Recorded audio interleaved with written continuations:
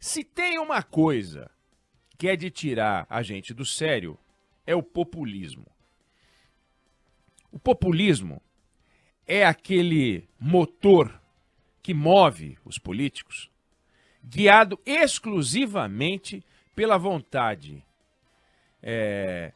infundada, não tem uma vontade técnica, não tem um motor técnico, não tem uma necessidade, não tem uma capacidade de execução real, mas é aquela vontade de tirar casquinha, de poder aparecer mais, de ficar bem na fotografia.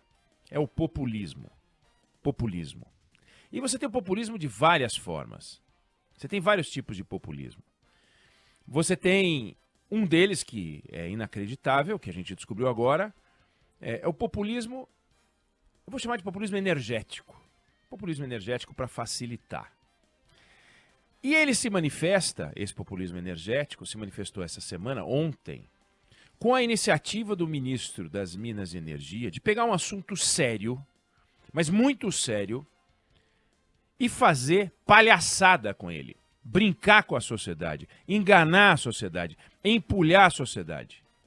Ministro Alexandre Silveira disse ontem que mandaria para a Agência Nacional de Energia Elétrica um ofício que ele encaminhou com a abertura de um processo administrativo contra a Enel de São Paulo, para averiguar falhas e transgressões da concessionária de distribuição em face de suas obrigações contratuais e regulamentares para a adequada prestação de serviço em sua área de atuação. Por que eu chamo de populismo energético? Eu adoraria que a Enel pudesse ser eliminada do mapa. Sumisse. Pum, aperta um botão, desaparece a Enel. Do mundo, não é de São Paulo, do mundo, do planeta. A Enel presta um serviço que não está à altura das necessidades de São Paulo. São Paulo conheceu um apagão que demorou dias e dias e dias, e a Enel teve uma contribuição decisiva para esse desfecho. Se fosse um fato isolado, não foi. A Enel submeteu a maior cidade, a região metropolitana do país, né, a maior, a uma humilhação. Pessoas que perderam comida, pessoas que tiveram problema com o seu negócio. Dia desses, hospital apagado, precisando de gerador para todo lado, um vexame. Essa Enel é um desastre. Essa Enel é uma vergonha. Essa Enel é uma tragédia. Essa Enel dá engulho. Adoraria que ela sumisse do mapa. De uma hora para outra, viesse quem fosse para prestar o serviço de distribuição de energia no lugar da Enel, que é uma tragédia. Mas com base em que eu estou dizendo isso? Com base naquilo que eu entendo que deveria ser um bom serviço. Mas aquilo que eu entendo que deveria ser um bom serviço não pode ser o parâmetro, infelizmente, para a qualidade do serviço que a Enel tem que prestar. Eu adoraria que a luz não apagasse nunca. Eu adoraria que a gente não tivesse apagão. Só que a Enel entrou para prestar serviço em 2018, assinando um contrato de prestação de serviço, que deveria ser investigado, que deveria ser olhado, a generosidade desses contratos, a flexibilidade desses contratos, a forma como as concessionárias estão à vontade nesses contratos, mas tem um contrato. Tem um contrato. E nesse contrato estão estabelecidos os parâmetros para poder dizer se a Enel está fazendo as coisas direito ou não, e isso todas as concessionárias.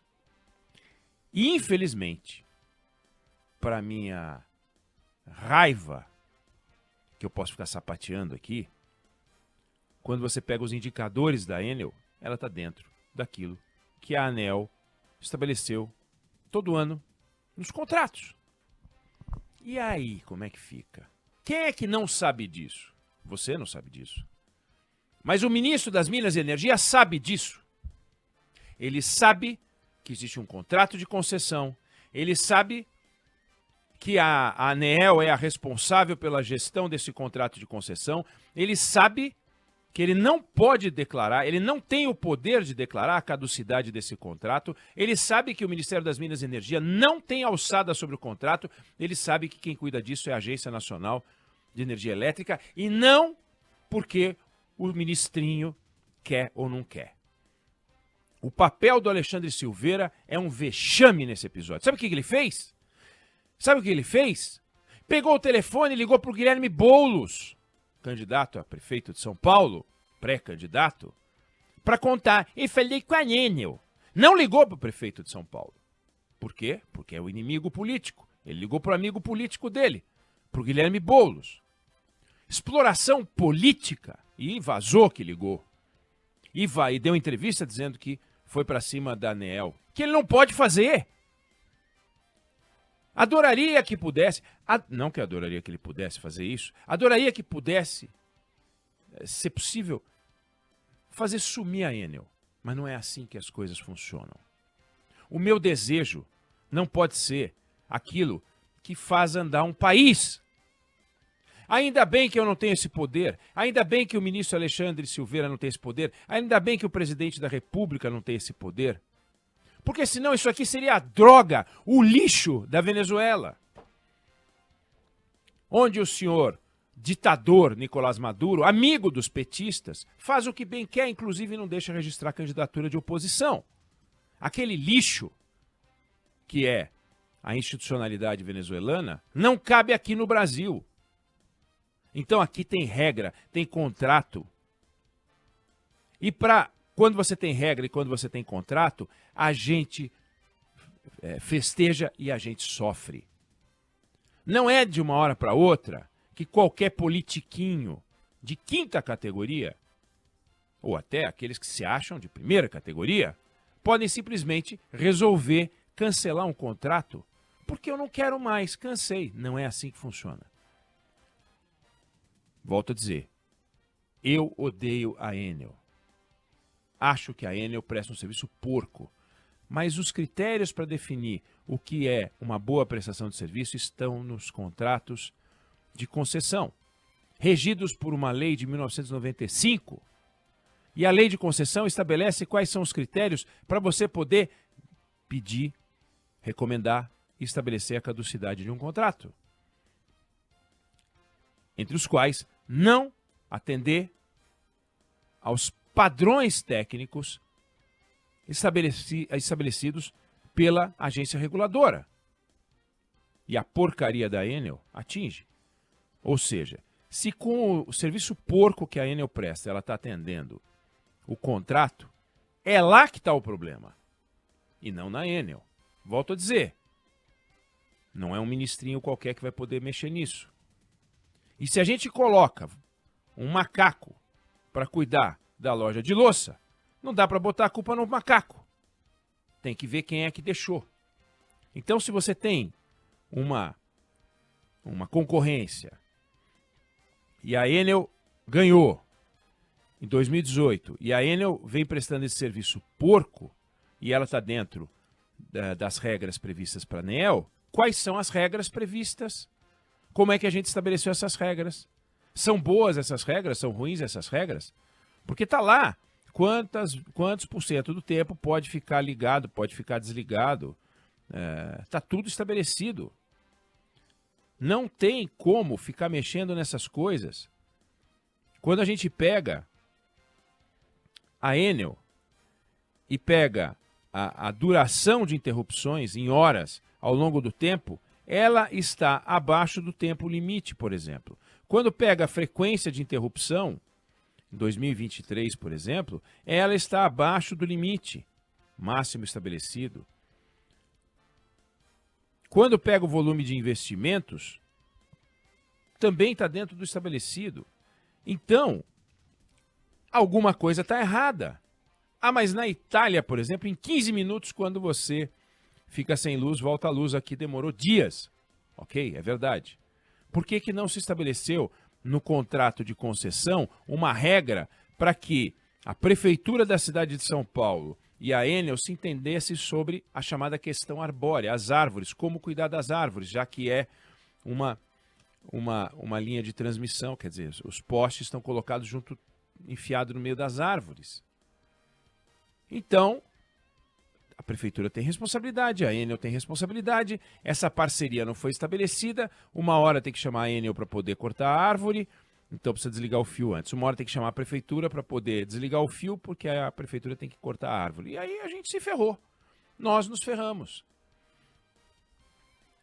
Isso vale para vários tipos de prestação de serviço em vários lugares. Aí vem esse populista, vem esse Alexandre Silveira, ministro das Minas e Energia, e sugere que ele vai resolver o problema. Determinei, mandei um ofício. Mandou um ofício para a Casa do Chapéu. Não vale nada esse ofício. Não vale nada. A Enel, acho que em 25, 26 agora, sei lá quando é que é, tem a renovação. Pode ser que não renove. Mas um processo de avaliação como esse que foi disparado leva no mínimo 2 anos. Por iniciativa, a ANEEL tem a obrigação, a empresa tem que ser ouvida. No mínimo 2 anos. Nós estamos em 24, 25, 26, no mínimo. No mínimo. Mas, é preciso que se diga, todo o investimento que a empresa fez nos ativos que ela administrou durante esse período tem que ser devolvidos. Então, se amanhã encerra-se o contrato, encerra-se, não declarada a caducidade, a Enel tem que ser ressarcida, tem dinheiro para receber. A gente já teve casos de caducidade no Amapá, no Amazonas. A gente já teve casos de caducidade.